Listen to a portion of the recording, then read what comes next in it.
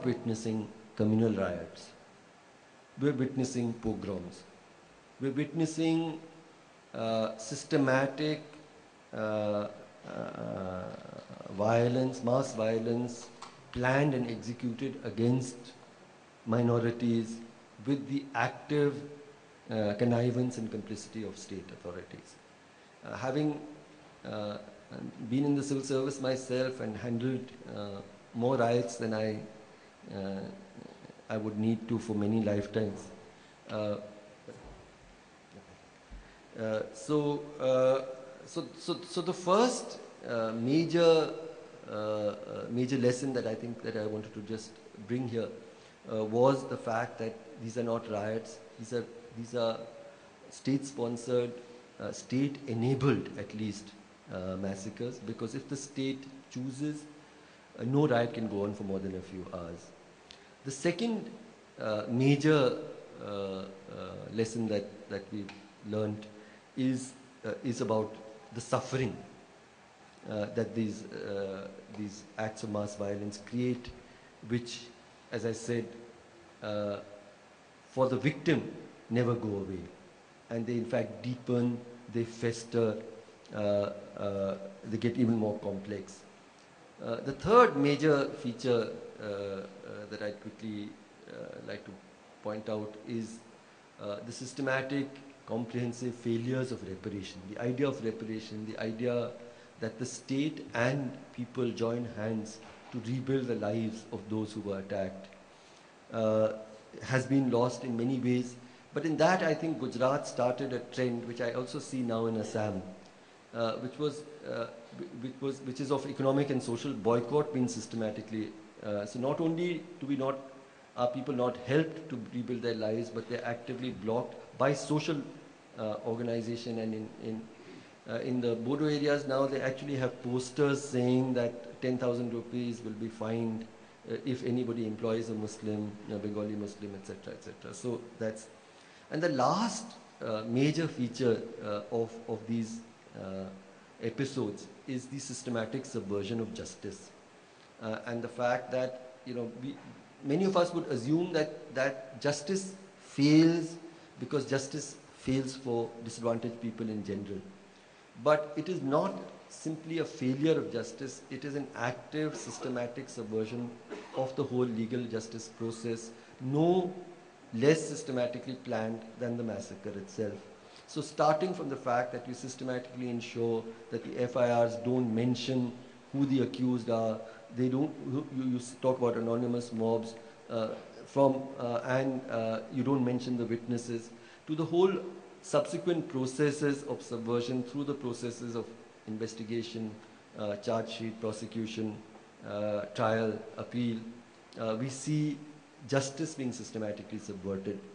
And therefore, when we stand here today, remembering those 20 years ago and where Bombay stood at that point of time, I think we need to think about Delhi, we need to think about Bhagalpur, we need to think about Kandhamal, we need to think about Delhi, we need to think about Hashimpura, we need to think about people for whom, whose suffering, for whom time had stopped, whose wounds don't heal, people who've not been able to rebuild their lives, states which have been complicit and yet never called to account, and justice which still seems so difficult to achieve. Thank you.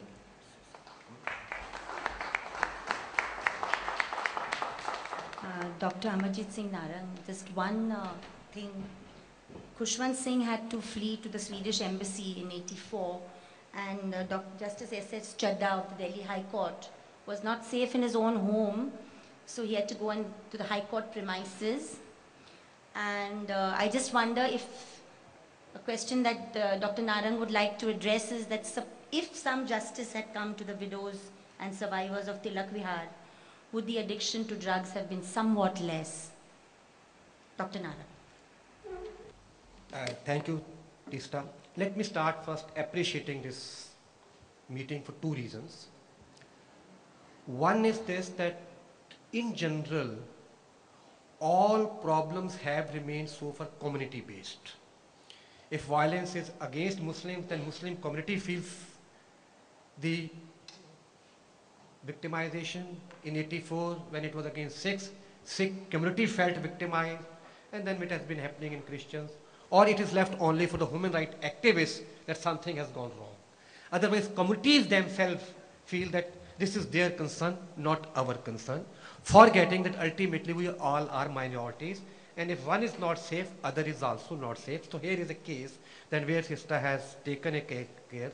All communities are under threat, and they must have a sense of minority fraternity, which has become unfortunately necessary. Second is this audience of young people. I'm really happy because wherever you go these days, youngsters are busy in all types of activities, but it is very difficult to bring them in these types of situations. And really, I appreciate these younger people who are here, irrespective of which community they belong. And therefore, I'll be addressing primarily this younger generation because they have not seen 84 or might have them 92 Babri Masjid demolition or 93. They might have seen somewhat about 2002 Gujarat. But earlier cases, they might not have felt, they might have read about that, but the feeling is something little different. I am one of those who was on road on the night of 31st driving a scooter. And only a person where I had parked my scooter at a ISBT, the attendant of that parking lot, in a way, he warned me, he was not a Sikh, he warned me to take a different route where I am not attacked, otherwise I don't know whether I would have been in front of you or not. And therefore, personal understanding also. Now, for the information of the youngsters here, immediately, again, going back to Harsh, immediately after 1984 week, a meeting was held in Delhi University, where again I was one of the speakers, and my first question to that audience was, where were we when Nele happened? Because that time, Nele in Assam, the type of thing happened, no one among Sikhs or Christians were worried, but it has happened, it has happened. So my question started with that where were we at that time? Unless we are concerned about others, we have no right that others should feel concerned about others. That was my first question. Of course, some people felt this way, that way, but that was my first question. And therefore, my concern has always remained same. Of course, I am more actively involved in 1984 demand for justice, but the concerns are not 84, 93 or Christian. It is a general question A of the status of minorities in India. Second, the question of rule of law, which the Constitution of India, so much starting from Article 15 onward, talks about that. Where is that rule of law? Either for minorities or for other victims, as Harsh was talking about, these rape victims, the denial of rights to dalits, to women, and all those types of things are common factors. And this minorities victimization, I think, is one of them. It's not something exclusive. Now, for the information of youngsters here, 1984 riots, how they started and where they started. It's a very important question. The first salvo was around 4:45 p.m. on 31st October evening, till the time Mrs. Indira Gandhi's assassination or death was not officially announced. And the first attack was on the car of the then President Gyani Zail Singh. Now, it is an important question. Attack on the car of the President of India. The messages were two. A, that one, no Sikhs are to be spared no matter how highly placed he or she is. Because if President of India being a Sikh can be attacked, then no. Second, message arising out of this was, no action will be taken on any one of those who attack Sikhs to avenge Mrs. Gandhi's death. Because if President's conclave is attacked and no police is not taking action, what about others? So that was a clear message right at 5 p.m. on 31st of October, which was later on picked up by many. Points which Harsh has already said. So, of course, Nale was a massacre, but most of the things in India have been communal riots. 84 started something new in India. These facts are A. This started a process of not communal riots but communal massacre. Riots are when two parties are fighting. Maybe minor or minorities, but it is two-way. But it was a communal massacre, not communal riots.